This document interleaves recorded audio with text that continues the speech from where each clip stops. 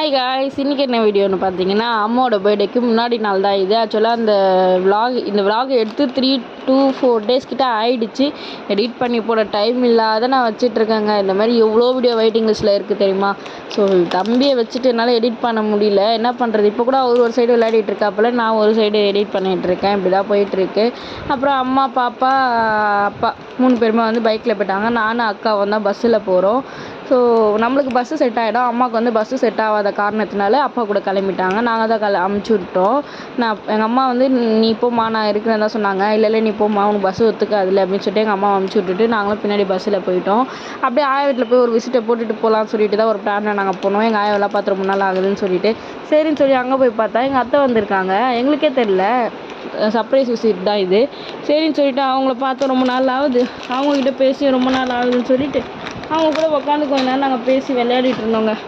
அவங்க வீடெல்லாம் நான் மறந்துட்டேன். ஸோ அதெல்லாம் சொல்லி பேசிகிட்டு இருந்தேன். எங்கள் அத்தை திட்டினாங்க, நீங்கள் தான் வரவே மாட்டேறியம்மா அப்படின்னு சொல்லிட்டு. சரின்னு சொல்லிட்டு எங்கள் அத்தை கூட உட்காந்து கொஞ்ச நேரம் டைம் ஸ்பெண்ட் பண்ணிட்டு அங்கேருந்து கிளம்பி நாங்கள் சரவணா ஸ்டோர் போயிட்டோங்க. நான், அம்மா, பாப்பா, அக்கா 4 பேருமே ஆட்டோ பிடிச்சிட்டு கிளம்பிட்டோம். அப்பாவோட வண்டி ரிப்பேர் ஆகிடுச்சு. சரின்னு சொல்லிட்டு நம்ம போயிடலாம்னு சொல்லி கிளம்பி போயிட்டு அம்மாவுக்கு வந்து என்னோடய சார்பில் ஒரு சாரீ எடுத்து கொடுக்கலாம். ஏன்னா என்கிட்ட அந்த டைமில் கொஞ்சம் கேஷ் இஷ்யூவாக இருந்தது.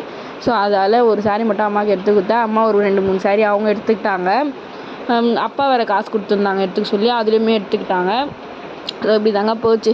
நான் எடுத்து கொடுத்தது ஒரு சாரீங்க. அது காட்ட முடிஞ்சால் காட்டுற, வீடியோ எடுத்தேன்னா எனக்கே தெரியல. ஸோ ஒன்று வந்தால் தான் தெரியும். அங்கே போய்ட்டு தம்பியை சமாளிக்கவே முடியல. ரொம்ப அட்டகாசங்க, ரொம்ப ரொம்ப ரொம்ப அட்டகாசமாக ஆகிட்டாப்புல. அடங்கவே இல்லை. கீழே இறக்கி விடுன்னு ஒரே அப்படி இப்படின்னு சமாளித்து தூக்கி வச்சுட்டு சமாளித்தேங்க.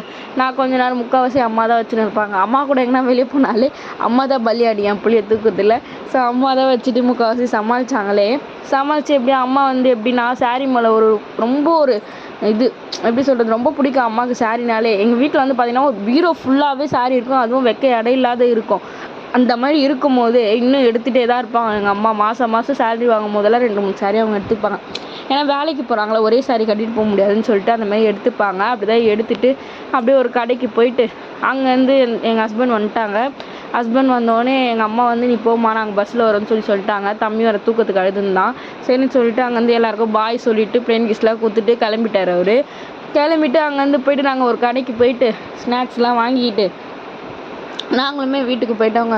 போயிட்டு கொஞ்ச நேரம் தம்பியை வச்சு சமாளிச்சுட்டு டிஃபன்லாம் வாங்கிட்டு போனோம்ல, அதை வச்சு தம்பிக்கு இட்லி ஊட்டி விட்டுட்டு தூங்க வச்சிட்டோங்க. இதாங்க இந்த விலாக். இதோட முடிச்சுக்கிறேன். பாய்.